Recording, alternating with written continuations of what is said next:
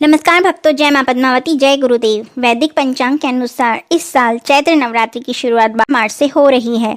नवरात्रि में मां दुर्गा के 9 स्वरूपों की विधि विधान से पूजा की जाती है। मान्यता है जो व्यक्ति व्रत रखकर मां दुर्गा की पूजा अर्चना करता है उसकी सभी मनोकामनाएं पूर्ण होती हैं। साथ ही आदिशक्ति की पूजा करने से नवग्रह तो शांत होते ही हैं। इस बार मां दुर्गा नौका पर सवार होकर आ रही हैं, जिससे सुखद और शुभदायी फल प्राप्त हो रहे हैं। पंचांग के अनुसार प्रतिपदा तिथि की शुरुआत 21 मार्च रात को 10:52 से होगी। साथ ही इसका अंत अगले दिन 22 मार्च को रात 8:21 पर होगा।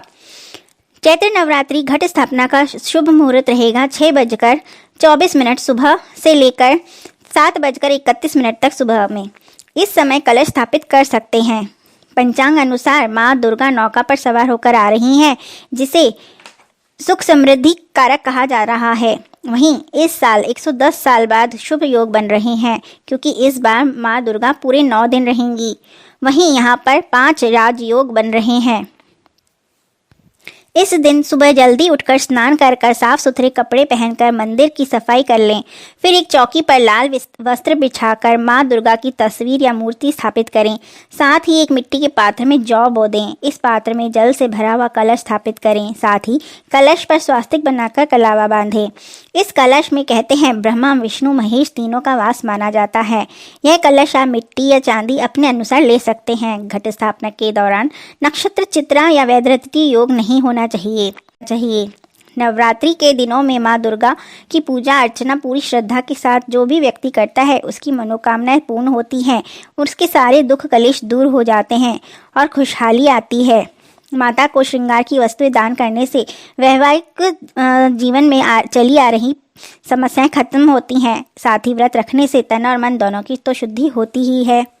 नव संवत्सर को पिंगल नाम से जाना जाएगा। इस साल संवत के राजा बुध और मंत्री शुक्र होंगे। इस अनुसार इस वर्ष घर में कुछ चीजें लेकर आए तो मां प्रसन्न होती हैं और घर में सुख समृद्धि का वास होता है, जैसे धातु का बना कछुआ या मोती शंख, लघु नारियल और धातु का हाथी।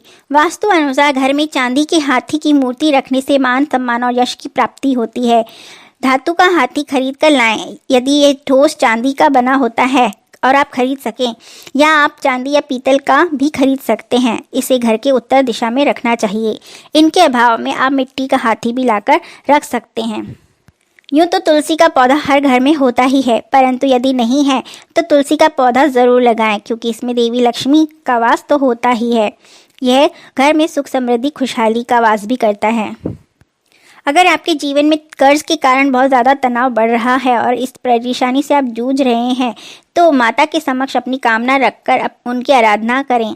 नियमित रूप से सर्व मंगल मांगल्ये शिवे सर्वार साधिके शरण्ये त्र्यंबके गौरी नारायणी नमोस्तुते मंत्र का 1 माला जाप करें।